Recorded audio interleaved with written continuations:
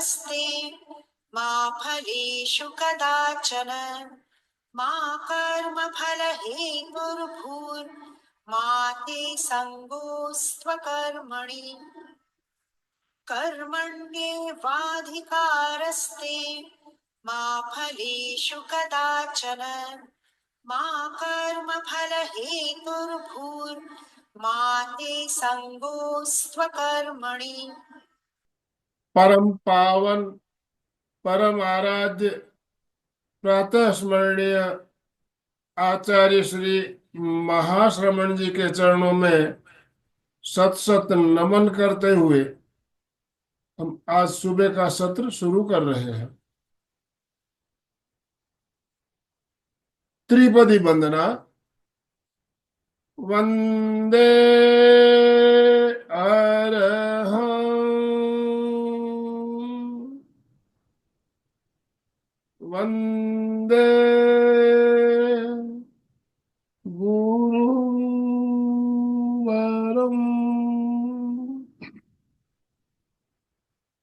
वंदे सत्यम।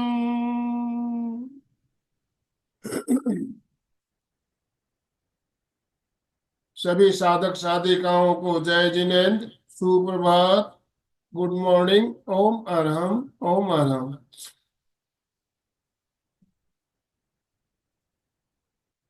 बंधुओं और बहनों, योग का इतिहास हमारी एक बहुत ही शानदार श्रृंखला चल रही है। इस श्रृंखला की 21वीं कड़ी लेकर आज हम आपके साथ जुड़ रहे हैं और आज हम जानेंगे अकर्म और विकर्म के बारे में। बहुत ही शानदार टॉपिक। एक एक बात को हम गहराई से समझते हुए, बहुत ही गहरा विषय है और एक एक बात को क्लियर करते हुए हम आगे बढ़ रहे हैं। तो आज हम अकर्म और विकर्म के बारे में जानेंगे और हमारा मार्गदर्शन करने के लिए अलका जी हमारे साथ जुड़ चुकी है। मैं अलका जी अब आपसे निवेदन करना चाहता हूं, आप आज का सत्र शुरू करें और जितने भी भाई बहन जुड़े हुए हैं सभी से निवेदन, अपने अपने वीडियो ऑन कीजिए और दोनों हाथ ऊपर करते हुए अलका जी का स्वागत, अलका जी का वेलकम कीजिए। ओम अरहम अलका जी, ओम अरहम, ओम अरहम। ओम अरहम। गुड मॉर्निंग, जय जिनेन्द्र, शुभ प्रभात। चलिए हाथ जोड़े, एक बार सभी नमस्कार करते हैं, अपने गुरुओं को याद करते हैं, गुरुओं को आंखों के सामने लाते हैं कि जिनके कारण हम यहाँ हैं, जिनके कारण हमें ये ज्ञान मिला है, जिनके कारण जीवन जीने का रास्ता मिला है। तो ऐसे सारे भाइयों और बहनों, हमको जानना है। सबसे पहले मन को शांत करें, एकाग्र करें, गहरी एकाग्रता और पूरी जागरूकता के साथ हमको आज का सेशन ज्वाइन करना है। तो हाथ जोड़ते हुए, गुरु को याद करते हुए, सबसे पहले हमें 3 बार ओंकार की ध्वनि करनी है और उसके बाद गुरु को प्रार्थना करनी है। लंबी श्वास भरे, अ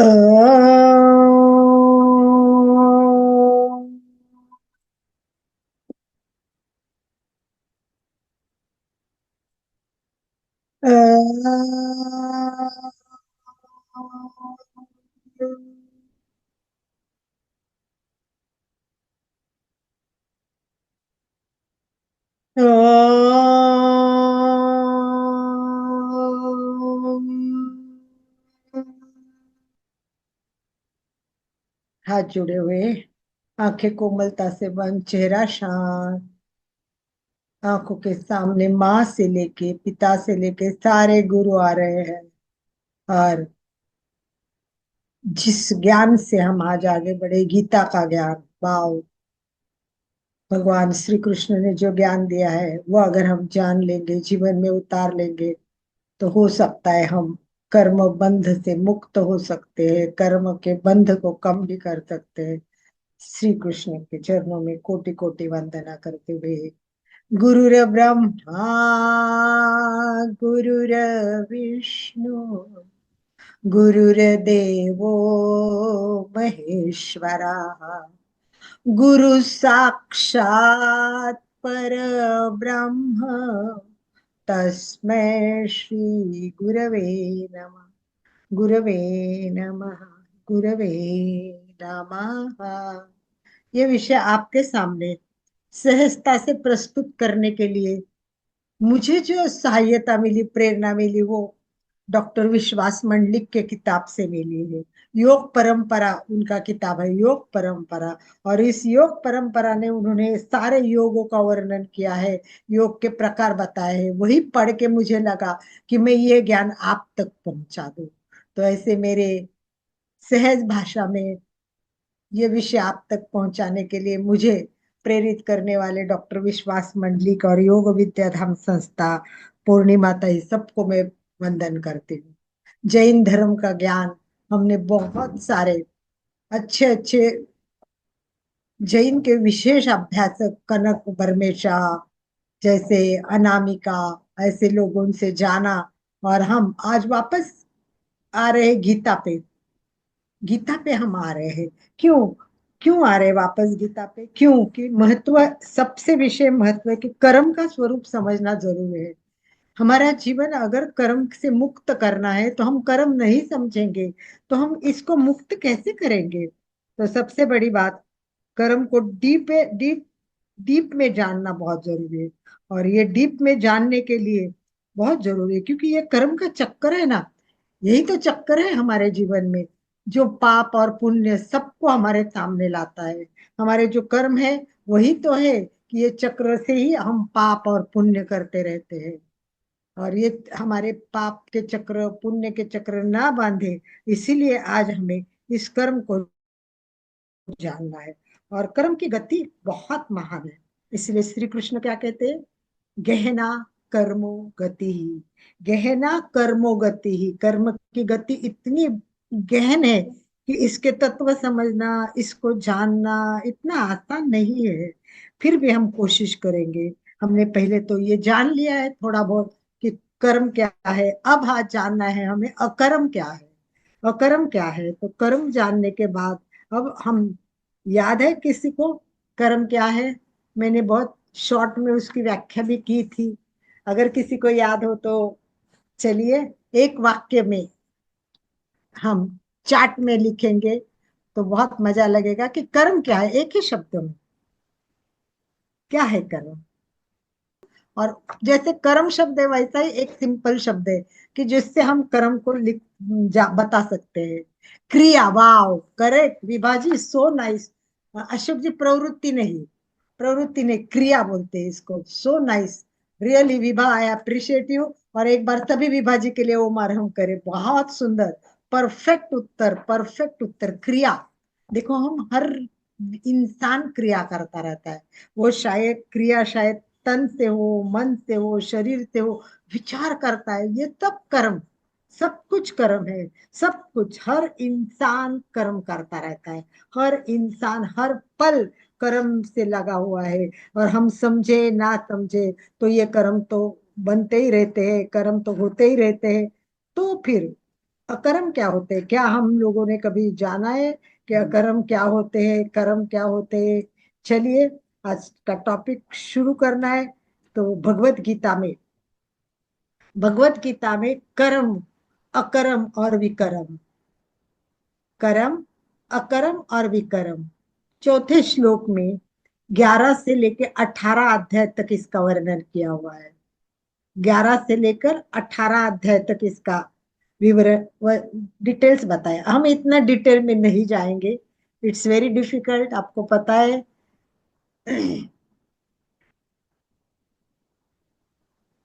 तो चलिए आगे चलते हैं हम। कर्म अकर्म जानने के लिए सबसे बड़ी बात, अकर्म का स्वरूप जानना बहुत आवश्यक है। जब हम अकर्म को समझेंगे ना, तभी तो हम आगे बढ़ेंगे, है ना? तो कितने लोग है कि जो अकर्म के बारे में जानते हैं? खाली लिखिए यस, मुझे थोड़ा पता है। या हम लोग ये भी कर सकते हैं कि बस जस्ट थोड़ा सा आपका हैंड भी रेज कर सकती है, यस अकर्म जानते हैं। थोड़ा सा अकर्म के बारे में जानते हैं तो वो भी अपना हाथ ऊपर करे।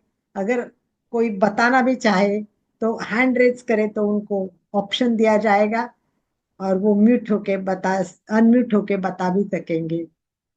निष्काम कर्म, हाँ, निष्काम कर्म ऐसे भी नहीं कह सकते हम।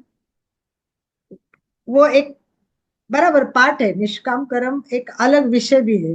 वैसे मतलब जैसे है, तो निष्काम कर्म तो एक अलग है, सकाम कर्म एक अलग है, ये भी एक अलग है। तो क्या होता है? कर्म, अकर्म, विकर्म, निष्काम कर्म, सकाम कर्म, ये कभी समाप्त नहीं होते हैं। ये नॉन स्टॉप चलते रहते। चलिए, हमारे मधु जी बताने के लिए तैयार है। उनका हैंड रेज है। आनंद भाई जी, मधु जी को अनम्यूट का ऑप्शन दीजिए। और चलिए मधु जी, आप बताइए। That's great of you. उमर हम न करना ही कुछ कर्म, जैसे हम कर तो रहे हैं पर हमारी उसमें लिप्त नहीं है, उस कर्म से हमारा कोई मोह को हम, क्योंकि हम आए हैं तो हमें कर्म करना है। करना है, कर्म के बिना हम कुछ कर नहीं सकते। तो बिल्कुल। कर्म करना तो है पर उसमें लिप्त नहीं रहना है, उससे चलिए, मोह से। और थोड़ा डिटेल जानेंगे रीना जी से। बिल्कुल सही कहा, और आगे जानेंगे। और भी जानना जरूरी है। रीना जी और कुछ कहना चाहती है? हाँ, विभा पहले बोलेंगे, और रीना जी उसके बाद विभा जी। यस रीना। विभा जी अमेरिका से इतने जी दीदी। ओम नॉन हरम। स्टॉप जुड़ते ओम हैं। बहुत हरम। धन्यवाद विभा जी हाँ। को। और परफेक्ट उत्तर अकरम। देते। हाँ हाँ, ओम हरम। अकरम वो है कि हम जो भी कर्म करते हैं उसमें हम फल की इच्छा किए बिना हम करें, कि बस यस, हमने किया, नेकी किया और दरिया में डाल दिया, ये कि उसको भूल जाएं। वो ईश्वर का काम है। फल मतलब उसमें हमें नहीं ये विचार करना है कि इसमें अच्छा क्या होगा, बुरा क्या होगा। बस गुड, शुभ भावना के साथ जो भी करते हैं, तो हमें बस फल की इच्छा नहीं करना है हमें। वेरी गुड, बहुत अच्छा। चलिए विभा जी। मेरा कहना है कि विकर्म यानी ध्यान की स्थिति में रहना हमेशा। जो भी काम करते वक्त, जो भी काम करते उसमें निष्ठुरता से काम करना, तो विकर्म होते हैं। बिल्कुल बिल्कुल सही है। चलिए, बहुत अच्छा। सबके लिए एक बार ओम हम इतना अच्छी ओम तरह से अरहम, जवाब देते ओम हैं। अरहम। बहुत अच्छा लगता है कि जब इंटरैक्टिव होता है, कोई पूछे, कोई जवाब दे, कोई, तो बहुत बढ़िया। तो अकर्म का शॉर्ट में मैं बहुत कम शब्द में बताऊंगी, क्योंकि अपने को पास समय कम है। और आज मुझे इच्छा है कि ये कर्मयोग टॉपिक आज हम स्टॉप कर देंगे, पूरा कर देंगे, और हम भक्ति योग में जाएंगे। तो कर्म योग पूरा करने के लिए मुझे फटाफट आज शॉर्ट में, गीता की बहुत बड़ी बातें एकदम, मतलब सागर है तो मुझे वो गागर में लाना है, सिंधु है तो मुझे बिंदु में बताना है। तो शॉर्ट में इतना है कि कर्म में आसक्त न रहना, पहली बात बिल्कुल सही बताया। तो उसके साथ आप ये समझो कि एक नंबर वन, आसक्ति ना होना। दूसरा, हमेशा संतुष्ट रहना। ऐसे नहीं कि आसक्ति नहीं रखी परंतु संतुष्ट तो नहीं है, उसमें मैंने आसक्ति नहीं रखी है, ऐसा भी नहीं होना चाहिए। संतुष्ट कि मेरी आसक्ति नहीं है। और दूसरा, नंबर वन, फल की अपेक्षा नहीं करना। दूसरा, कोई ममता नहीं रखना। और तीसरा, कोई आसक्ति नहीं रखना। ये तीन बातों को जब करेंगे, तब कर्म कर्म हमारे सही होते। एक्चुअली क्या होता है कि ये कर्म का चक्र इतना गहन है ना, इसीलिए तो कहाँ है ना, गहना कर्मनो गति। कर्म की गति इतनी गहन है, कैसे समझे हम उसको? देखो, हर मनुष्य तो कामना तो होती है ना? कामना तो होती है, कुछ ना कुछ संसार की कामनाएं, सब तरह की कामनाएं। यश पाए, कुछ बिजनेस करे तो आगे पैसा बढ़े, सबकी कामना। हर एक गृहिणी खाना भी बनाती है, तो मैं अच्छा खाना बनाऊं, आज नया पदार्थ बनाऊं, हर चीज कामना है। अब ये कामना अधिक बढ़ जाती है ना, सबसे बड़ी बात ये, कामना अधिक बढ़ जाती है ना, तब कभी कभी क्या होता है कि अपने हाथ से पाप भी हो जाता है। जैसे पैसा कमाना है, पर मुझे बहुत ज्यादा कमाना है, कामना बढ़ गई, तो क्या करे? चलो इस बार चोरी कर लेते, आयकर में सब फंसा लेते, कुछ आयकर नहीं देंगे, सब झूठा दिखा देंगे। तो इस तरह शुरुआत करते करते करते फिर माप में, तोल माप में गड़बड़ कर देंगे, कम ज्यादा दे देंगे, एक माल दिखाएंगे, मतलब जो भी पाप के रास्ते हैं। क्यों? कि उसको पैसा ज्यादा कमाना है। तो इसका मतलब कामना बढ़ जाती है, तो मनुष्य पाप करता है। और ये पाप करना है, वही विकर्म है। कर्म है वो क्रिया है, कर्म है वो क्या है? क्रिया है। तो मनुष्य को तो क्रिया करनी ही पड़ेगी। परंतु क्रिया करते करते करते करते इतना आदमी को आगे बढ़ते बढ़ते बढ़ते ये सोचना चाहिए। देखिए, सबको पता है कि कर्म का फल तो मिलता ही है, पता है ना, सबको पता है, सबको पता है। यस, हाँ बोल रहे हैं, यस। पर क्या हम हर पॉइंट में कर्म करते हुए सोचते हैं कि मेरा फल क्या होगा? कभी नहीं। कर्म तो करते ही रहते, कर्म तो करते ही रहते, परंतु किसी लोगों का तो विश्वास भी नहीं था कर्म कहाँ है। इसीलिए कहते हैं ना कि कर्ज ले लो, अच्छा घी खरीदी करो, मजा करो, एक प्रवृत्ति वो भी है, और एंजॉय करो लाइफ। नेक्स्ट जन्म में क्या देखा है, किसने देखा है? तो कुछ लोग ऐसे कि जो कर्म पर विश्वास नहीं करते। हम लोग है थोड़ा विश्वास करते, परंतु जागरूक भी नहीं रहते हैं हम। कर्म के हर नियम को नहीं समझते हम नहीं जानते हैं। अब यहाँ कितने लोग थे कि अकर्म के बारे में जानते हैं? बहुत कम लोग हैं कि अकर्म के बारे में जानने वाले। विकर्म के बारे में, सच बात तो मैं भी नहीं जानती थी। मैंने भी गीता पढ़ी है, बहुत साल पहले पढ़ी है, और गीता के एग्जाम्स होते हैं। आप लोग भी जागरूक हो जाओ। प्रत्येक अध्याय का एक एग्जाम होता है, एक अध्याय पढ़ो, वो क्वेश्चंस भेजते हैं, इतना अच्छा चलता है। 18 अध्याय धीरे धीरे पढ़ना है। ये मैंने कभी कॉलेज में थी तब, या पता नहीं कब तो एग्जाम दी थी, याद नहीं है मुझे। तो ये सब हमें करना चाहिए, तो हम डिटेल्स समझेंगे। तो न कर्म में लिप्त रहना है, न कर्म की अपेक्षा रखना है, और उसके भी आगे बढ़ के क्या करना है यह हमको जानना है। तो हर व्यवहार है वो पाप पुण्य से जुड़ा हुआ है। कर्म किए बिना हम एक क्षण भर भी नहीं रह सकते। फिर भी शुद्ध बुद्धि से हमको कर्तव्य से ये सब करना है। तो जो व्यक्ति अकर्म में क्या होता है, जो व्यक्ति फल की अपेक्षा नहीं करता, कोई ममता नहीं रखता है, आसक्ति नहीं रहता है, संतुष्ट रहता है, बाहरी चीजों पर निर्भर नहीं रहता है, और सतत सतत सतत सतत दूसरों के भलाई के लिए काम करता है। जैसे आनंद भाई जी है, सीधी बात है, इतने जल्दी उठना, इतना सब करना, बाप रे, रेगुलर, वो भी नियमित रोज करना इतना इजी नहीं है। आप करके देखो, एक महीना भर करेंगे, 2 महीने करेंगे, सालों से साल ये नहीं होता है। मैं खुद भी जानती हूँ, मैं भी नहीं कर पाती हूँ। तो इतना करना ये है इनका अकर्म। अकर्म है, कर्म तो सभी करते हैं, परंतु कर्म अकर्म का सिद्धांत भी हमें जानना चाहिए। तो कर्म का अधिक खुलासा करते कि जो पुरुष अकर्म, कर्म में अकर्म, कर्म में अकर्म और अकर्म में कर्म देखता है, वो बुद्धिमान होता है। श्लोक 4 में बताया है, 18 अध्याय के श्लोक 4 में बताया। श्लोक का मैं उच्चारण नहीं करूंगी, एक तो मेरा करेक्ट उच्चारण नहीं होगा क्योंकि उच्चारण शुद्धि चाहिए, और दूसरा आपको भी बताऊंगी तो आपके भी समझ में नहीं आएगा वो संस्कृत कोटेशन। उससे अच्छा है कि सिंपल उसका अर्थ ही मैं बताती हूँ डायरेक्ट, कि जो पुरुष कर्म में अकर्म देखता है और अकर्म में कर्म देखता है, वो मनुष्य में बुद्धिमान होता है। तो योगी सर्व कर्म करने वाला है। तो कर्म कर्म देखना मतलब क्या होता है, कर्म में अकर्म देखना वो क्या होता है, और अकर्म में कर्म देखना ये क्या होता है, ये हमको समझना चाहिए कि कर्म में अकर्म कैसे देखना है, अकर्म में कर्म कैसे देखना है। देखो, अकर्म में अकर्म करना है, कर्म तो कर रहे हैं, हम सब क्रिया कर रहे हैं, हर क्रिया, उस क्रिया में अकर्म देखना है, क्रिया में अकर्म देखना है। कितना विचित्र है, कर्म तो है और उसमें अकर्म देखना है। ठीक नहीं लगता है, समझ में नहीं आता है, परंतु कर्म में अकर्म देखना, इसका अर्थ अमुक कर्म का कर्ता ये कौन है, ये मालूम होने के बाद भी ये भावना नहीं कि मैंने किया है। अपने मन में ये नहीं आना चाहिए कि मैं तो एक निमित्त हूँ, एक तो मैं तो निमित्त हूँ। अभी कभी कभी कुछ मुझे बोलते हैं, आपके कारण ना मैं इतने आगे बढ़ गई यार, तुमने बताया मुझे कि परीक्षा ध्यान में आओ, तो मैं परीक्षा ध्यान में आ गई, मैंने लेवल 1 किया, आपने मुझे, मैंने बोला मैंने कुछ नहीं किया है। मैंने एक निमित्त हूं कि भाई इतना गुरु का अच्छा काम है, मैंने आप तक पहुंचाया। ये भावना सतत होनी चाहिए कि भाई मैंने नहीं किया, नहीं तो हाँ मैंने नहीं बताती तो तुम कहाँ से होती, तुम कहाँ आगे बढ़ती। हाँ बिल्कुल मैंने ही बताया, और सबको बताना, मैंने उनको बताया ना, तो देखो कितने आगे बढ़ चुके हैं वो, कितना कर चुके हैं वो।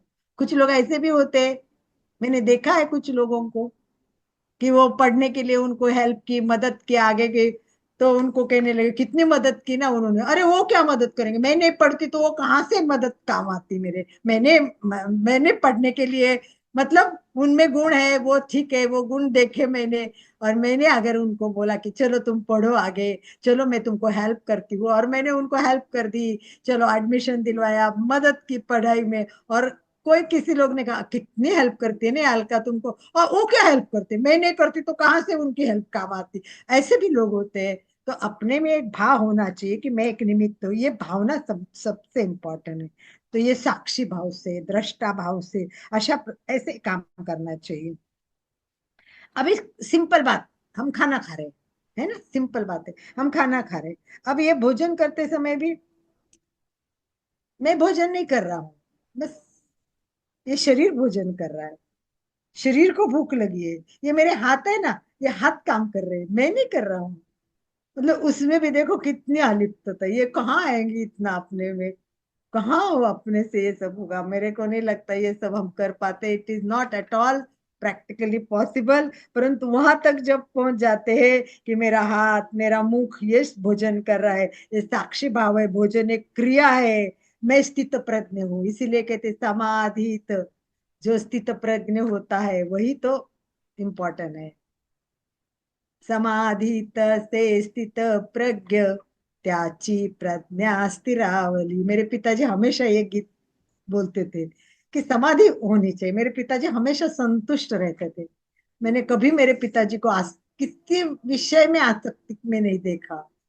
सही मैं कहती हूँ कि मैं बहुत वंदन करती हूँ, भाग्यवान थी कि ऐसे पिता मिले कि जिन्होंने 2 साल जेल में गुजारे, बाहर आने के बाद भी 2 कपड़े, तीसरी जोड़ी अगर माँ ने रखी, भाई कभी जरूरत पड़ती तो भी गुस्सा करेंगे क्यों तीसरा लेख बनाया ना। उस टाइम उनका बैंक अकाउंट था, और कई ऐसी चीजें थी कि घर में बहुत सुंदर चीजें थी, और घर के काम घर में थे, एक साथ रहते थे, तो दूसरों ने ले ली थी, तो माँ बोलती वो मेरी चीज है, मेरा नाम है ना उस पे, वो तो दे दो ना मुझे। पिताजी बोले क्या है वो यूज कर रहे, करने दो ना, क्या फर्क पड़ता है, तुम्हारे नसीब में हो तो तुम दूसरी ले लो। तो इतना भाव, आसक्ति ना रखना, जो है उसमें संतुष्ट रखना, दूसरों को भलाई के करना बहुत मुश्किल होता है। और मैंने ये उदाहरण मेरे घर में ही देखा है। और और भगवान क्या कहते हैं उसके आगे भी, ये भोजन की बात तो मैंने इतनी की कि हम सावध रहने, इसके आगे की बात बहुत कठिन बात भगवान कहते हैं। वो क्या कहते हैं, अकर्माणि च कर्म यहाँ पश्चते। मतलब अकर्म में कर्म देखना, अकर्म में कर्म देखना, वो केवल ज्ञानी ज्ञानी कर सकता है। ये सब ज्ञानी कर सकता है, कहते साक्षी भाव से, साक्षी भाव से ये काम करना है। मैं नहीं कर्म कर रहा हूँ, मैं कर्म कर रहा हूं ये लगना भी बहुत बड़ी बात है। पहली बात तो साक्षी भाव से रहना, दृष्टा भाव से रहना। और दूसरा ये तो स्वाभाविक होता है, बुद्धि है ना, वो अपनी जो बुद्धि है उसका यूज करना। और ये सब परमात्मा कर रहा है, ये सब परमात्मा की शक्ति है, ये जो हो रहा है वो परमात्मा के कारण हो रहा है। तो आगे जाके सब कुछ साक्षी भाव दृष्टा रूप से करना, और आखिर सब परमात्मा को समर्पण करना, यही। और इसीलिए चौथे अध्याय में 12वें श्लोक में ये कहा गया कि वही पुरुष बुद्धिमान होता है, वही पुरुष बुद्धिमान होता है, वही योगी होता है। सब कर्म होते हैं, वो हो रहे तो वो होते ही होंगे ही। इस तरह कर्म में अकर्म देखना, सहज स्वाभाविक कर्म को ही अकर्म कहे जाते हैं। तो इस प्रकार अकर्म हो जाते हैं, तभी आदमी सब दुनिया का कल्याण की बात सोचता है, लोक के लिए काम करता है, किसी के प्रति द्वेष नहीं रखता है। साधु पुरुष का, साधु लोगों का क्या होता है, धर्म तो यही होता है ना। तो ये कर्म और अकर्म इस तरह होते हैं। तो जो पुरुष कर्म में अकर्म देखता है, फल की अपेक्षा पूरा छोड़ देता है, परमात्मा के ऊपर पूरा तृप्त होता है, इस प्रकार वास्तविक बुद्धिमान व्यक्ति केवल कर सकता है। इस तरह कर्म और अकर्म समझ में आ गया। शॉर्ट में और छोटे में मैंने बताया, ज्यादा डिटेल में मैं नहीं जाती थी। इसलिए अकर्म आंतरिक मौन होता है, ये अंतर में भी नहीं सोचना है। नहीं तो क्या होता है, कभी कभी हम अंदर सोचते हैं, ऊपर नहीं बोलते पर अंदर सोचते। पर आंतरिक मौन रहना, अंतकरण भी में भी, मेरे अंतकरण में भी एक तरंग भी नहीं उठनी चाहिए कि मैंने ये किया है। वरना ऊपर नहीं बात कर रहे परंतु अंदर एक तरंग उठ गई। वाह, सही बात है, मैंने ही तो पढ़ाया उसको, एक तरंग अंदर उठ गई। अंदर में भी एक तरंग नहीं उठनी चाहिए, ये बहुत कठिन काम है। अंदर तो उठता ही है भाव, ऊपर नहीं देते। तो इस प्रकार कर्म की फल की आसक्ति नहीं देखना, वासना नहीं, उदय नहीं होना, कर्म चालू होते हुए अकर्म इस प्रकार हो सकते हैं। इस प्रकार निष्काम कर्म, निष्काम कर्म बंध युक्त नहीं है, ये कर्माशय सब संचित कर्म है। वो जब भोगते हैं ना तभी तो मुक्ति मिलती है। तो इस प्रकार हमें ये समझना है। दूसरा है विकर्म। दूसरा है कौन सा है? विकर्म। विकर्म क्या है? विकर्म को भी समझना बहुत मुश्किल है, मुझे मुझे भी इतना क्लियर नहीं हुआ है। फिर भी हमको कोशिश करनी है कि फल की इच्छा जब परावर्तित होती है, कर्म करते करते करते जब हम आगे बढ़ते हैं, तो हमें कर्म अकर्म और विकर्म समझना है। तो कोई बता सकता है विकर्म क्या होता है? थोड़ा सा अगर कोई बता सके विकर्म। मुझे लगता है रीना जी तैयार है, थोड़ा सा विकर्म की बात हम कर लेते हैं।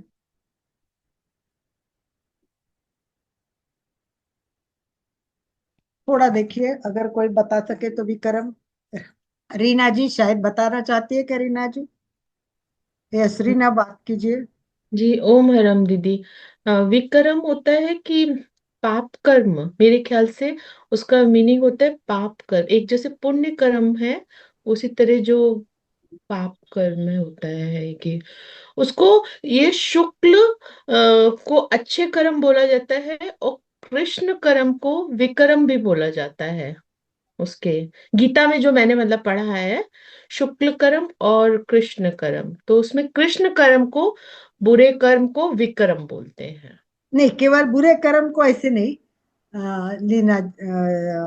रीना जी, लालसावश जो काम किया जाता है, अच्छा। ओके। लालसावश ओके। जो काम किया जाता है और अच्छा, उसके अंदर कोई ना कोई प्रयोजन छुपा रहता है अंदर में। छुपा रहता है, आपका लोभ छुपा रहता है उसके वो छुपा अंदर। रहता है। ऐसे कर्म हो सकता है, फिर असत्य हो, झूठ हो, कुछ भी हो। मेन है कि जी। लालसा का कर्म। तो अच्छा। कर्म देखो, ओके। कर्म तो होता ही है ना? कर्म तो जी। होता ही जी है। एक तो कर्म तो। सकाम का भाव से होता है, कर्म की इच्छा से होता है, भाव से, इच्छा से होता है। और जो कर्म, कर्म कौन सा? कि जो इच्छा, फल की इच्छा रखता है वो कर्म। कर्म हो गया जी। सिंपल बात, जी। कर्म की जी, और इच्छा रखा, अकर्म हो गया जिसमें फल की इच्छा ना हो। फल है ना? रखा, वो बस मैंने इतना किया है तो मुझे ये तो मिलना ही चाहिए, इतना काम किया तो मैं तो अध्यक्ष बनना ही चाहिए। हम्म। अपेक्षा, अपेक्षा, फल की अपेक्षा, वो कर्म। और हम्म। अकर्म वो है, अकर्म हो जिसके पास पीछे कोई कर्म नहीं होता, कोई इच्छा नहीं होती, कोई आसक्ति नहीं होती है, कुछ भी नहीं होता है, अंदर भी नहीं होता है, पूर्ण रूप से प्राकृतिक होता है। अच्छा। पूर्ण रूप से प्राकृतिक, 100% वो प्राकृतिक होता है। ओके। कैसे बताऊं मैं आपको? जी। हमारे इसको इसको एक वो होती है ना, स्थित पलक पलक प्रज्ञा। झपक रही है, देखो ये कर्म है हमारा, कल पलक झपक रही है, ये आप कर रहे हो क्या? नहीं कर रहे। हवा बह रही है, ये अपने आप हो रहा है, ये तो ये अपने अपने आप। आप प्राकृतिक होता है ना? हाँ, प्राकृतिक। प्रकृति। वो जी। अकर्म होता है, प्राकृतिक होता है, आपके पल के झपकना। अर्थात इतना निष्काम भाव, ऐसा भाव कि फल की इच्छा तो नहीं, कि जैसे अपने आप भगवान सब कुछ कर रहा है, बस सब कुछ उसका, तो ये ओके। अकर्म हो गया। और विकर्म ऐसे कि लालसा वश किए जाते हैं, और जिसका प्रयोजन अंदर में छुप, इसीलिए कृष्ण कहता है कि मनुष्य कर्म के प्रकार को पता ही नहीं होता है, और वो कर्म, विकर्म और अकर्म तीनों को समझता ही नहीं है। जी। इसीलिए ये जी। सब पाप उसके हाथ से हो जाते। तो इसीलिए कोई भी इंसान, कोई भी एक क्षण भी बिना कर्म के नहीं रह सकता है। ऐसा जब हमको कल करना है, एक तो हम विचार करते हैं, विचारों में भी अगर कर्म आते हैं, ये मनुष्य चार चार क्या बोलते हैं, चार तरीके से मनुष्य कर्म करता है। कितने तरीके से? चार। चार तरीके। पहला चार। तरीका कौन सा? विचार करना। विचार में भी कर्म होता है कि मैं ये जी। करूंगा, फिर मैं पास हो जाऊंगा, फिर मुझे ये पद मिलेगा, फिर मैं ये करूँ, ये विचार हम्म। है। ये जी। विचारों से भी कर्म बने। दूसरा, शब्दों के माध्यम से। मैंने आपको कहा रीना जी, देखो आपने इतनी क्लास अटेंड की ना, कितना फायदा हुआ आपका, मतलब ये शब्दों में मैंने आपके कर्म बांध दिए। तीसरा जी। क्या है? कि क्रियाओं के माध्यम से मैंने करके सबको एक्शन से दिखा, देखो ऐसा है ऐसा है, सब क्रिया करके बता दिया, शारीरिक क्रिया जी बता दिया। और चौथा जी है जो कर्म आप किसी दूसरे के निर्देश पर कर रहे हैं, मतलब मैं ऐसे काम तो कर रही हूँ, फिर बोलूंगी कि यदि आनंद भाई जी ने कहा ना तो इसलिए मैं ये कर रही हूँ, ऐसे दूसरे का निर्देश का नाम लेके करते हैं ना। तो कर्म करने के माध्यम के साथ साथ भगवान श्री कृष्ण ने ये जो 3 प्रकार बताए, पहले तो 4 प्रकार से हम कर्म करते हैं और 3 प्रकार के कर्म होते हैं। कौन से? कर्म, अकर्म और विकर्म। विक्रम जी। ये 3 प्रकार से हम कर्म करते हैं, बस इतना शॉर्ट में जानना है। क्योंकि जितना भी जानेंगे, हर कोई मनुष्य 4 तरीके में रहता है।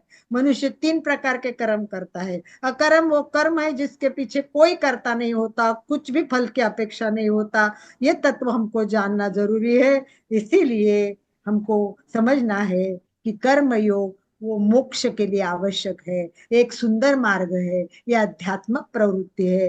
कर्म योग में सही कर्म करना ये हमारा कर्तव्य है, ये समर्पण की भाव से करना चाहिए। कर्म योग में पुरस्कार, सफलता, असफलता ये कोई परिणाम नहीं आते हैं।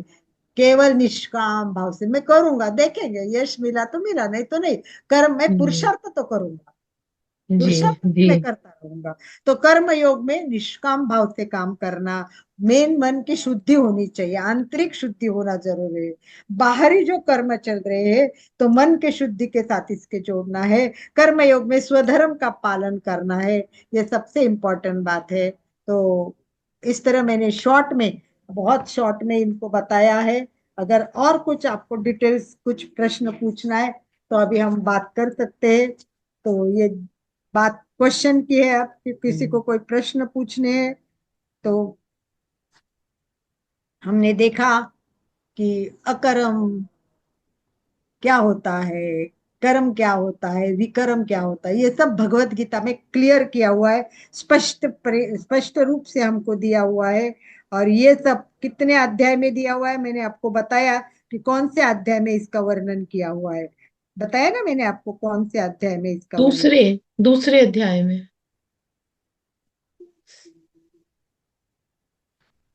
नहीं, अध्याय 4। अध्याय श्लोक 4 में। अच्छा अच्छा। अध्याय 2 में भी दीदी एक मैंने पढ़ा था, कर्मण्यवाधिका रस्ते माँ फलेषु कदाचन। वो वो अलग वाला। है, वो अलग अच्छा है। वो।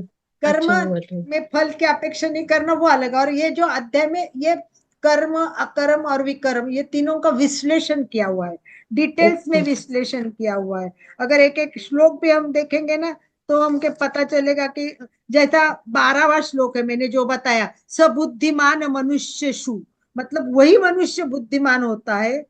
सयुक्त कृतस्य कर्म कृतः, मतलब वही योगी है कि जो कर्म का करता है। कर्म होते हैं वो अपने आप होते हैं, अकर्म होते हैं, सहज होते हैं, ये जानना है वो अकर्म है। तो अकर्म इस तरह जानना है, कर्म क्या है जानना। तो एक एक श्लोक में एक एक का वर्णन किया हुआ है।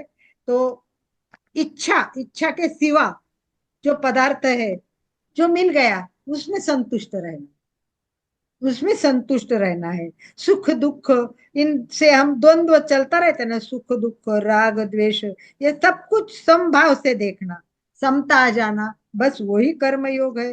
तो आसक्ति नहीं करना, पूर्ण आसक्ति से दूर रहना। इसलिए भगवान कहते हैं, हे भगवान अर्जुन सुन, क्या बोलते हैं भगवान, अर्जुन सुन, हृदय, ये हृदय है ना, ये हृदय, ये अज्ञान से जो भरता है तो उसमें संशय भी होता है। तो विवेक रूपी तलवार से, विवेक रूपी तलवार से ये अज्ञान का, ये संशय का सबका नाश कर दे।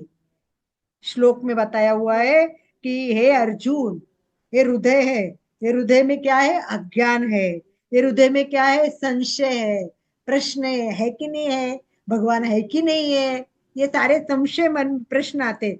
तो विवेक रूपी तलवार, विवेक रूपी तलवार लेना है और इन सब का नाश करना है, अज्ञान का, संशय का। है भगवान है, इसीलिए ये है। कहाँ पृथ्वी कब तैयार हो गई है विश्व, कुछ पता नहीं, क्योंकि वो है। इसीलिए कर्म योग करो और उसमें स्थित रहो, स्थिर रहना, बस शांत रहना, यही है इसका मतलब। अपने को अपना मन कंट्रोल में रखना पड़ेगा। मन के ऊपर। इसीलिए आगे के श्लोक में उन्होंने एक बार ऐसे भी बताया कि जिसके मन कंट्रोल में होता है, जो के इंद्रिय सब उसके बंधे हुए रहते हैं, जिसका अंतकरण शुद्ध है, और सभी प्राणियों में, हर व्यक्ति में वो अपने आत्मा जैसा परमात्मा सब में देखता है, वही कर्म योगी होता है। तो इस प्रकार हमें ये कर्म, अकर्म और विकर्म आज जान के समझ लेना है कि हमने पूरा कर्मयोग समझ लिया है। आज पूरे कर्मयोग को हमने जान लिया है। सो अपना मन अपने वश में रखना है, अपने को जो भी कार्य करने वो अलिप्तता से करना है, कौशल्य से करना है, फल की अपेक्षा नहीं रखना है। तो चलिए, अगर कोई प्रश्न हो तो आप पूछिए, वरना हम आगे चल। समझ लिया ना अपने कर्म, अकर्म और विकर्म का सिद्धांत? कितना सुंदर भगवान ने अर्जुन को बताते बताते हमको ये ज्ञान दिया है कि ये सब कर्म, अकर्म, विकर्म इस तरह होते हैं। तो चलिए, कोई प्रश्न हो तो, हैंड नहीं तो राइज कीजिए, कोई बात करनी हो आपको, वो प्रश्न हाँ, हो तो किसी हैंड को भी राइज बात कीजिए करनी भाई। है तो बात कीजिए, वरना फिर मैं, कितना अद्भुत ज्ञान दिया है, कितना अद्भुत श्री कृष्ण ने ये सारे अद्भुत रहस्य हमें जाए हैं, अर्जुन के निमित्त करके एक एक व्यक्ति को ज्ञान दिया है। तो चलिए, आप लोग भी बताइए, वरना हम थोड़ा सा प्रयोग करेंगे आज, और इसको समापन करेंगे यही कि कर्मयोग बहुत कुछ जान लिया हमने।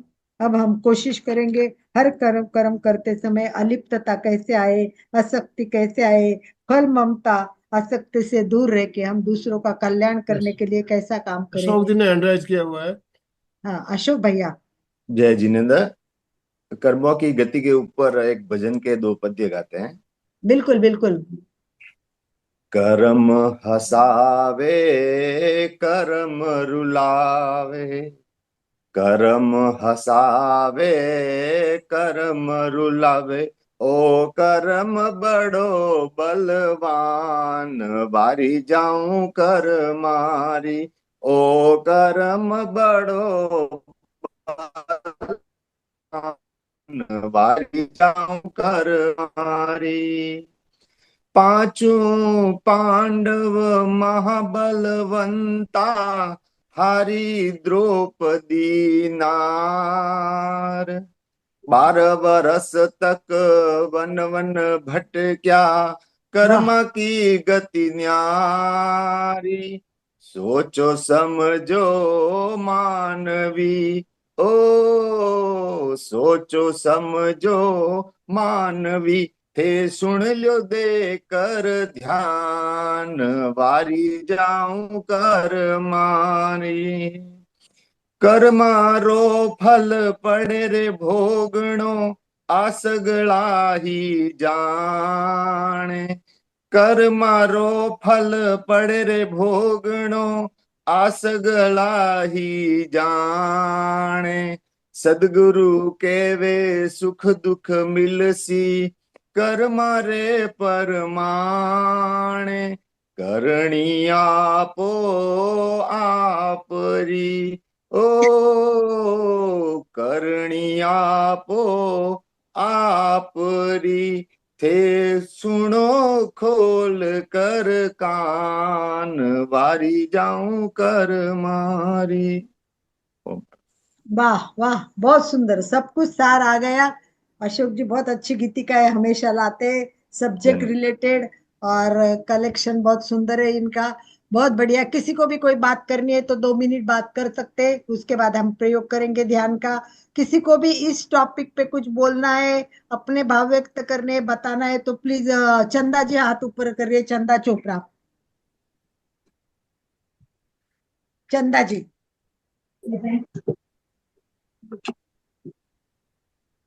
यस, बोलिए चंदा जी। सभी से जय जिनेन्द्र। 2 लाइन मैं भी बोलना चाहूंगी कर्मों के ऊपर। आपने बहुत अच्छा बताया। चलिए इसी वेलकम वेलकम, मोस्ट वेलकम। मुक्ति के प्रेमी हमने, मुक्ति के प्रेमी हमने, कर्मों से लड़ते देखे, कर्मों से लड़ते देखे, मखमल पर सोने वाले, मखमल पर सोने वाले, कांटों पे चलते देखे, मुक्ति के प्रेमी हमने। सेठ सुदर्शन प्यारा, सेठ सुदर्शन प्यारा, रानी ने फंदा डाला, रानी ने फंदा डाला, शीले को नाही छोड़ा, शीले को नाही छोड़ा, चूल्हे पर चढ़ते देखे, वाह चूल्हे पर चढ़ते देखे, मुक्ति के प्रेमी हमने। सरसों का दाना जिनके बिस्तर में भी चुभता था, काया की सुधे नाही, गीदड़ तन खाते देखे, वाह मुक्ति के प्रेमी हमने। जय जिनेन्द्र। बहुत बहुत सुंदर, बहुत बहुत सुंदर। बहुत मुझे इससे कहानी भी याद आई है। कहानी बहुत सुंदर है पर अभी टाइम बहुत कम है, पता इसी नहीं कहानी है। 4 लाइनों में मैंने 2 चीजें सुनाई, और भी है ये आगे, पर और भी है ये आगे, नहीं पर नहीं बस बहुत अच्छा है, थैंक यू, बहुत बढ़िया। कहानी भी बहुत सुंदर है पर बहुत लंबी कहानी है, मुझे समझ में नहीं आया सुंदर टाइम। कहानी है, दोनों पर कहानियां बहुत सुंदर है। यस, इंटरेस्टिंग है कहानी में यह है कि कर्म कैसे आदमी को बदल सकते हैं। कर्म खुद बदलने की ताकत अपने में होती है। अपने यहाँ होनी चाहिए, बिल्कुल। के ऊपर पे कहानी में शॉर्ट में कोशिश करती हूँ, बहुत बड़ी कहानी है। तो एक मतलब एक बहुत पैसे वाला व्यक्ति था, बहुत बड़ा सरकार साहूकार था, बहुत पैसा और शहर में पूरा नाम और एक प्रसिद्ध व्यक्ति, और मतलब खुश, सब कुछ सुख मिल रहा, और उसको बेटा भी हुआ। फिर तो खुशी का कोई पारावर नहीं रहा, बड़ा करूंगा ये करूंगा, और वो अच्छा लालन पालन किया, बेटा भी अच्छा हो गया और उसको बिजनेस में भी हेल्प करने लगा रहा, तृप्त था वो का, क्या बात है।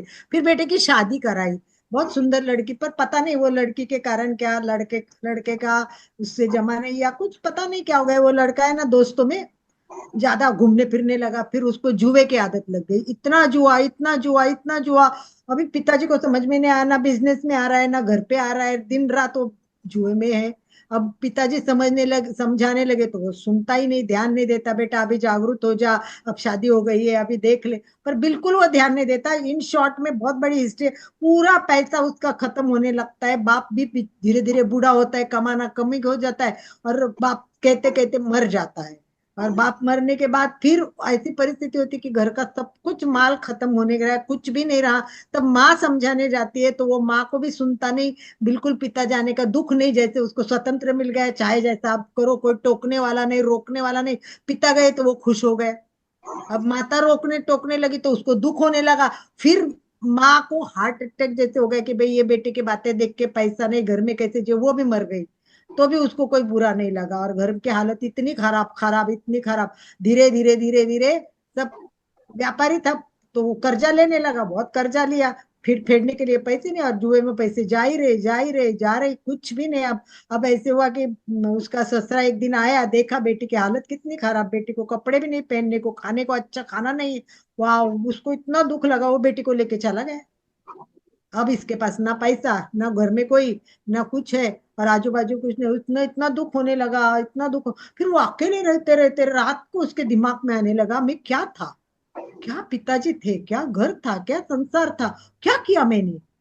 अब क्या है कि वो कर्ज मांगने जाता है तो लोग खड़ा भी नहीं कर रहे, कोई खाना भी, मित्र भी आसपास भटकने नहीं देने के, कुछ मांगेगा नहीं। अरे कितनी दोस्ती की मैंने इनके लिए, कितना। फिर उसको इतना दुख होने लगा, रात भर चिंतन, कुछ नहीं, मैं अब सुधर जाऊंगा, मैं अब अच्छा हूँ, मुझे क्यों नहीं कर सकता हूँ, ऐसे दिमाग में विचार आया। बोला चलो, अब कोई पैसा तो नहीं देता, पर मेरे ससुरे से जाके मैं हाथ जोड़ूंगा, इस बार मुझे थोड़े पैसे देना, मैं अभी अच्छा हो गया है, सुधार गया है। ऐसे भाव करके वो अपने ससुराल जाता है। परंतु क्या, उसके कपड़े बहुत फटे और गंदे रहते, तो रात सोचता है कि अरे यार ऐसे घर जाऊंगा तो ससुर वाले क्या कहेंगे, तो सोचता है कि कपड़े कुछ खरीदी कर लूंगा। वो दुकान के पास जाता है, रात हो रही थी, तो फिर बोलता है पैसा तो है ही नहीं, तो क्या करूं। तो बोले अपन दुकानदार को रिक्वेस्ट करेंगे, मैं इनका जवाई हूँ, कल पैसे लाके देता हूँ सस्ते से, ऐसे बोलते तो दुकान भी बंद हो जाती है। तो अब बोलता है कि यही रात भर रहता हूँ, सुबह बात करता हूँ, अगर उसने कपड़े दिए तो अच्छे कपड़े पहन के ससुराल जाना चाहिए, इतने गंदे में जाऊंगा। उसको शर्म आती है खुद को, क्योंकि वैसे अंदर से तो वो अच्छा ही इंसान था, पिताजी के साथ इतना अच्छा रहा था, उस पिताजी की हर बात उसको रात रात याद आ रही थी। और क्या हुआ, रात को नींद नहीं आ रही, तो ऐसा लगा कोई एक लेडी आ रही है। उसने देखा, वो अपना बेचारा साइड में बैठ गया, और देखा तो वो लेडी दुकान के पीछे से आ रही, तो देखा तो वो उसकी पत्नी थी। उसको इतना आश्चर्य लगा, तो इसमें एक लड़का भी आ गया और दोनों बातें करने लगे। बोली, वो लड़की बोलती, मैं आपको बहुत प्रेम करती हूँ, बचपन से ही करती थी, मुझे आप बहुत अच्छे लगते हैं, ऐसे वैसे। और बोलती है कि अपन दोनों शादी कर लेते हैं। बोलते मेरी पत्नी है, ऐसी बात कर रही है। फिर बोलता है कि मैं आपको एक राज बताती हूँ, कि आप है ना मेरे घर जाओ, गाँव जाओ, और मेरे पति है ना एकदम मतलब ऐसा आदमी है, तो आप उसका घर खरीदी करो, वो तो 1 मिनट में देगा, क्योंकि उसको पैसा चाहिए। पर वो घर खरीदी करना, उस घर में एक रहस्य है, हर कोने में, हर कोने में एक एक हंडा छुपा हुआ है, और उसमें सोने के बहुत सारे पैसे रखे हुए, नाने रखे हुए। मेरे ससुर को पता था कि मेरा ये जवाई बेटा ऐसा हो रहा है, तो उन्होंने सब छुपा के मुझे बता दिया था। तो वो जाके घर खरीदी कर लेना, फिर हमें जिंदगी भर कमाई की जरूरत नहीं, कुछ की जरूरत नहीं है, हम आराम से सुख से जिएंगे। अब इसके कर्म बदले थे, तो देखो उसको पता चला मेरी बीवी ऐसी, ये चल रहा है, और सद्भाव है, तो वो गया दौड़ के अपने घर पे, सारा माल निकाला, वाह, और सब बाजू में रख दिया, और उसमें कोयले भर दिए, और उसके प्रेमी का वेट कर रहा है। दूसरे दिन आ गया वो प्रेमी, बोला घर चाहिए, बोले हाँ क्या करूं, पैसा नहीं है, घर तो बेचना ही है, और इतनी ज्यादा प्राइस बता दी, तो उसने खरीदी कर लिया घर, इतना पैसा वो भी मिल गया। बोला अब तो क्या है, पैसा मिल गया, अब मैं सुधर गया, अब मैं कोई व्यसन नहीं करूंगा, पिताजी को याद कर को प्रणाम करता हूँ, माता पिताजी को माफी मांगता है, पश्चाताप करता है, और बोलता दूसरे शहर में जाके बसूंगा, अब माँ न वाइफ चाहिए, वो वैसी पत्नी नहीं चाहिए, बचपन से किसी से प्यार। गांव में जाके दूसरे इतना बड़ा व्यापारी होता है कि सब लोग फिर प्रतिष्ठा करते हैं, और वहां का शेठ जो सबसे बड़ा होता है, वो बोलता है मेरी बेटी इसको देनी है, उसके साथ शादी भी हो जाती है। ठीक है, आगे कहानी तो बड़ी, पर समझने का भाव एक है कि आदमी का विचार बदला, भावना बदली, कर्म बदली, तो सब कुछ बदल सकता है, और व्यक्ति अच्छा भी हो सकता है। ये कहानी 15-20 आधे घंटे की, मैंने आपको 5 मिनट में शॉर्ट में टू दी पॉइंट बताने की कोशिश की कि कर्म कैसे बदल सकते हैं। आज भी हम विचार करें कि आज बहुत अच्छा लेक्चर सुना, कर्म अकर्म का सोचा, तो हर काम में आप थोड़ा सोचो, अपने कर्म अच्छे करो, आसक्ति छोड़ो, और बहुत अच्छे इंसान बनो, और इसके लिए अपने आप को देखना जरूरी है। तो चलिए, थोड़ा ध्यान की ओर, कोई प्रश्न हो तो पूछ लीजिए 1-2 मिनट में, नहीं तो फिर हम ध्यान शुरू कर लेते। मैम कैसा आपने जो बात अभी स्टोरी सुनाई उससे एक बात याद आई, जो बोलिए। बाप और बेटे का जो संबंध होता है ना, वो शायद पिछले जन्म में जो कर्ज रहता है ना बाप के साथ बिल्कुल बेटे बिल्कुल का, वो वो उसकी भी एक उसके बात हिसाब है। से वो बेटा होता है। बिल्कुल यस। बिल्कुल, बताइए। हाँ बिल्कुल सही कहा अशोक जी ने। ऐसे कहते हैं कि 4 प्रकार के बेटे जन्म लेते हैं, चार यस। प्रकार के बेटे। पिछले जन्म में जिन्होंने किसी को बहुत सताया हो, बहुत मतलब तकलीफ दी हो, तो वो बेटा जन्म लेगा और बाप को पूरा सताएगा, पूरा सताएगा बाप को। दूसरा होता है कि भाई जिसने, मतलब मैं सब अभी वर्णन नहीं करूंगी, टाइम नहीं है। मेन है कि भाई जिस जन्म में किसी को बहुत हेल्प की हो, बहुत उपकार किए हो, तो वो उपकार फेडने के लिए बेटे के रूप में आता है, और पूरा माँ बाप की सेवा करता है, ये करता है। इस तरह बहुत सारे प्रकार है इसके, किस प्रकार के बेटे आते हैं, किस प्रकार के बहू आती है। मैंने देखा है, मेरे घर में भी ऐसे, परिवार में भी ऐसे उदाहरण है कि इतने सासू सासू बहू के इतने इतने झगड़े, पर मैं बहू इतनी धार्मिक कि बोलते मेरे कर्म खराब थे, पिछले जन्म में कुछ हो गया, और वो सासू से मन से प्रेम करते हुए सारा काम कर रही है। फिर ऐसे होता है कि भाई इतना पहुंचना बहुत, परंतु पूर्ण धर्म में जाओ, और हर चीज को ऐसा स्वीकारो कि ये व्यक्ति बुरी नहीं है, मेरे कर्म बुरे हैं। हम यस। लोगों को दोष देते हैं ना, वो समता भाव, मुझे कुछ करना है ना, तो पहले समता बुरा लगता समता था, भाव। अपराध लगता है, नहीं मेरे नसीब में नहीं तो कौन क्या करेगा। इस तरह अपने आप को दोष मत देना, किस्मत को जानना, और कर्म का फल की अपेक्षा।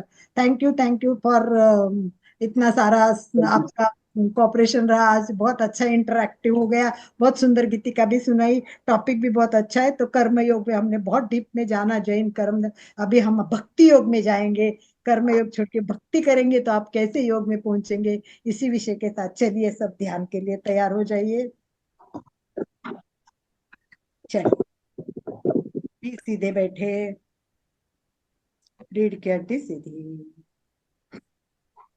चेहरा शांत, श्वास मन। जिस स्थिति में बैठे बस कंफर्टेबल बैठो, एकदम कंफर्टेबल, अपने आप को एकदम कंफर्टेबल महसूस करें। आज हमको श्वास को देखना है, और श्वास को देखते देखते ये जानना है कि श्वास कहाँ से जाती है, कैसे जाती है। इस पर एक और क्लास भी लेंगे हम, और इसीलिए कि हमें ये कल्पना करनी है कि बस लंबा श्वास लेंगे, लंबा श्वास लेंगे तो श्वास की जर्नी शुरू हो जाएगी। नाक से श्वास श्वास नलिका से अंदर फेफड़ों में गया, हम जो श्वास ले रहे हैं वो बस फेफड़ों में पहुंचता है। आगे जो काम है ना, मेन काम हमारा है वो exchange of gas. Exchange of gas है मतलब हमने जो ऑक्सीजन लिया वो कहाँ जाएगा, वो कहाँ जाएगा, वो ऑक्सीजन कहाँ जाएगा, 2 मिनट में बात बता के मैं ध्यान करवाती हूँ। तो जो ऑक्सीजन हमारे श्वास में से गया, तो वो अंदर जाने के बाद ब्रांचेस, ऐसे पेड़ जैसे फांदियां होती ना, वहां से एंड में जाता है, एंड में जाता है, वो अंगूर होते हैं, अंगूर जैसे होते हैं, उसमें जाता है। जब अंगूर में जाता है ना, तब श्वास एक्सचेंज होता है। एक्सचेंज होता है मतलब वो अंगूर को मैं दिखाती हूँ, एक पिक्चर दिखा के फिर एंड करती हूँ कि अंगूर होता है, उस अंगूर में ऑक्सीजन गया। ऑक्सीजन जैसे अंगूर में गया, पीछे सब नाड़ होती है नीली, और आपको पता है रेड कलर की।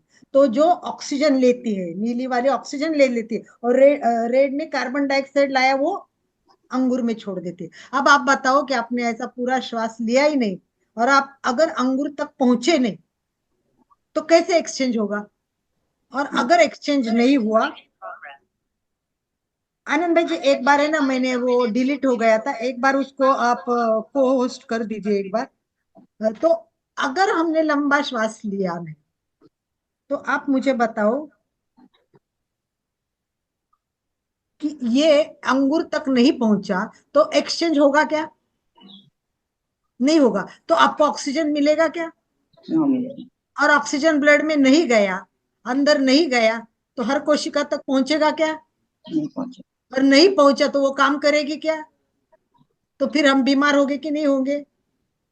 तो हमारी बीमारी का कारण यही है कि हम सही प्रकार का श्वास नहीं ले रहे हैं। अगर थोड़ा सा भी हम जागरूक हो जाए, कुछ भी मत करो, कुछ भी मत करो, ज्यादा कुछ मत करो, पर केवल केवल केवल केवल केवल केवल लंबा श्वास लो, लंबा श्वास, इतना लंबा श्वास लेना है, इतना। देखो, एक तो ट्रैक को समझना है हमको कि कहाँ से श्वास कैसा जाता है। देखिए, ये जब है ना, पहले हमारा नाक में श्वास जाएगा, नाक के गुहा से श्वास जाएगा, यहाँ से ये ग्रसनी होती है, ये मुखद्वार भी होता है, हमारा श्वास यहाँ गया, ग्रसनी, फिर श्वास नली में जाएगा, श्वास नली से ये फेफड़ों में अंदर आएगा, और ये जो दिखाई है ये सब अंदर दिखाए फेफड़ों में, उसमें जाता है, और इसका मेन रोल होता है वो डायफ्राम का होता है। अब यहाँ तक तो हमको पता है, परंतु हमें आगे क्या करना है वो थोड़ा सा 1 मिनट में जाके लंबा दीर्घ श्वास का प्रयोग हमें करना है।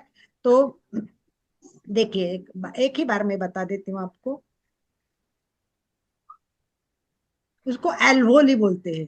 ये देखिए, ये जो श्वास है ये ब्रॉन्चिस में आ गया, ये ब्रॉन्चिस मतलब अंदर आ गया फेफड़े के, और ये नली से यहाँ ब्रॉन्चिस से अंदर तक पहुंचा। ये जो है, ये जो अंगूर है, इसको एल्वोली बोलते हैं। और ये देखो, ये बाजू में बताया है, यहाँ एक्सचेंज होता है, एक्सचेंज होता है। देखिए, अंगूर जैसे गोल दिखते हैं, ये क्या है, ब्रॉन्ची है, सिर पर अंगूर जैसे गोल है, ये अल्वोली है। और ये अल्वोली में रक्त कोशिकाओं का जाल बिछा हुआ है, और ये गैसों का आदान प्रदान करता है। अगर ये आदान प्रदान सही नहीं होता है तो मुझे बताओ कि हमारा श्वास सही लेना नहीं है। हम अच्छी तरह जानते फिर भी हम श्वास सही नहीं ले रहे। तो आज हम दीर्घ श्वास का प्रयोग करेंगे। अच्छा श्वास लंबा लेना है, कैसे शांति से उसको प्रयोग करेंगे। तो चलिए, रीढ़ की हड्डी सीधी, गर्दन सीधी। पोस्चर बहुत इंपॉर्टेंट होता है। पोस्चर अगर सही हो, थोड़ा भी झुकेंगे तो हमारे श्वास की जो तंत्र है वो थोड़े दब जाएंगे, तो सही श्वास नहीं होगा। तो शरीर स्थिर, शिथिल, तनाव मुक्त करे। रीढ़ की हड्डी, गर्दन सीधी, कंधों को ढीला छोड़े। हाथ की ज्ञान मुद्रा अथवा वीतराग मुद्रा, जिसमें कंफर्टेबल हो। आंखें कोमलता से बंद, चेहरा शांत,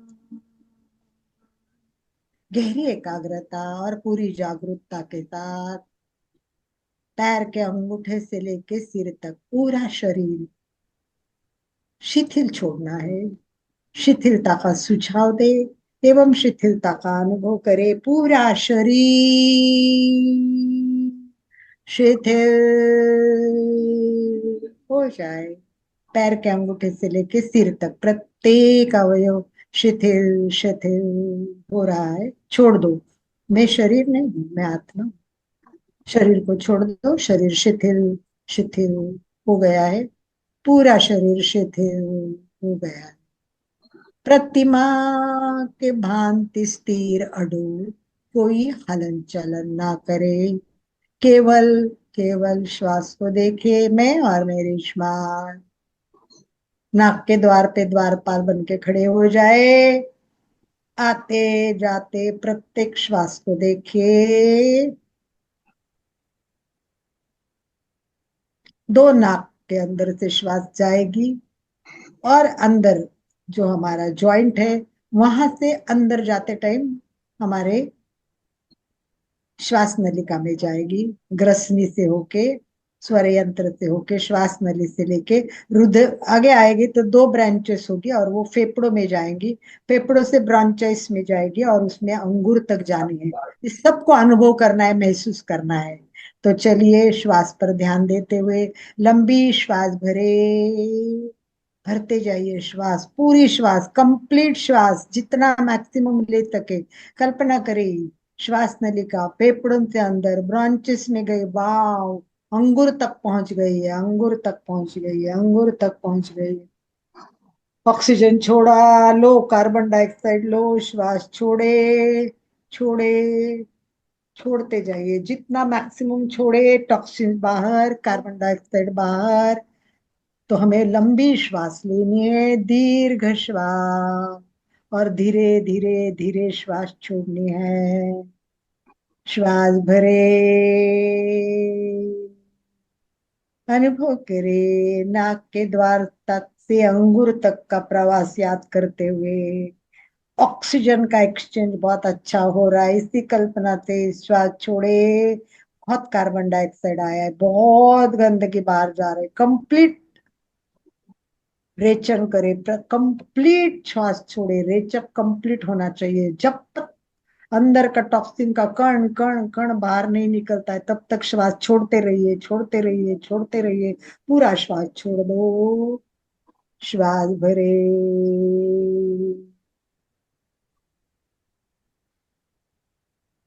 धीरे धीरे धीरे श्वास छोड़े।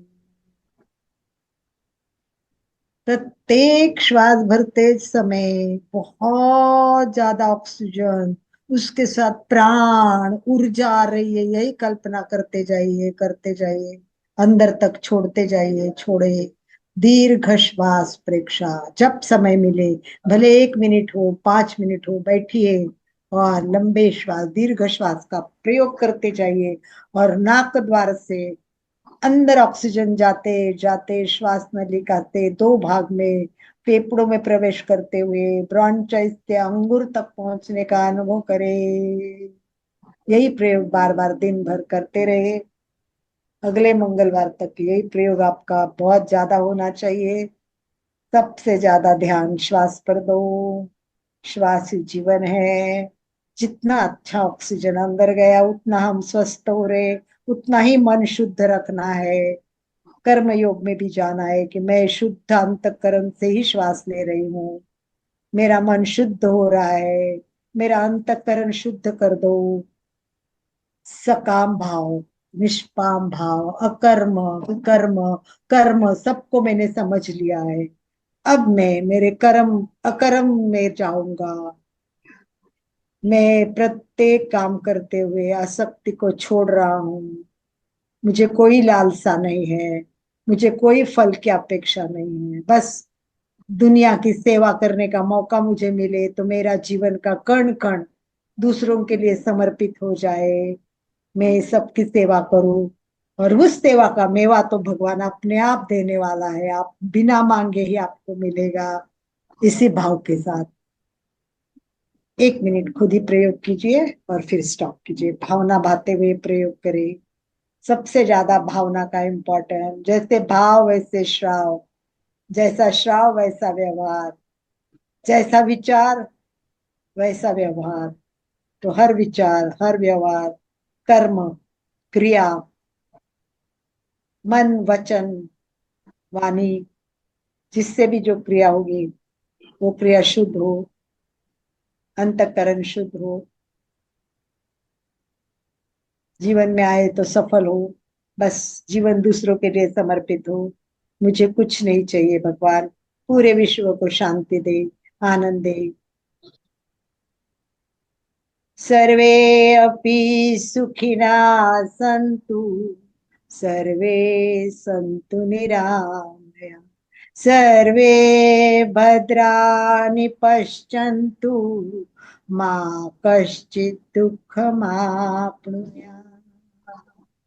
असितो मा सद्गमय, तमसोर्मा ज्योतिर्गमय, मृत्योर्मा अमृतम गमय। तो सबका जीवन अमृतमय हो, इसी भाव के साथ। ओम शांति। ओके, ओम अरहम। आनंद भाई जी। ओम अरहम। बहुत बहुत धन्यवाद अलका जी। बहुत ही सुंदर टॉपिक और बहुत ही अच्छे तरह से हमारा चर्चा का सत्र भी चला। बहुत सी बातें हमने, नई बातें जानी। सभी का बहुत बहुत आभार, बहुत बहुत धन्यवाद। दोनों हाथ जोड़ते हुए, रीढ़ की हड्डी गर्दन सीधी रखते हुए, आंखों को बिना दबाव दिए कोमलता से बंद रखते हुए मेरे साथ साथ सभी मानसिक उच्चारण करें। मैं चैतन्यमय हूँ, मैं आनंदमय हूँ, मैं शक्तिमय हूँ।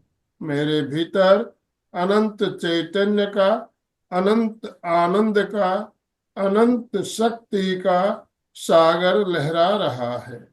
इसका साक्षात्कार करना ही मेरे जीवन का परम लक्ष्य है। हमारा आज का दिन मंगलमय हो, आनंदमय हो, शांतिमय हो। इन्हीं शुभ भावनाओं के साथ ओम शांति शांति शांति। कृतज्ञोस्मि, हम सब गुरुदेव के आभारी हैं। कृतज्ञोस्मि, हम सब गुरुदेव के आभारी हैं। कृतज्ञोस्मि, हम सब गुरुदेव के आभारी हैं। अशोक जी स्लोगन बोलिए प्लीज। जय जिनेन्द्र।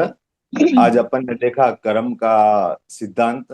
तो पुण्य और पाप कर्म से जो अपने को फल मिलता है उसको अपने को समता भाव से सहन करके उनको कर्म को काटना है, ना कि उसमें उलझ के वापिस कर्म बंधे। इन्हीं शुभ भावनाओं के साथ सभी साधक साधिका एक साथ में उच्चारण करेंगे। फिटनेस का डोज 1 घंटा हर रोज। फिटनेस का डोज 1 घंटा हर रोज। फिटनेस का डोज 1 1 घंटा घंटा हर हर रोज।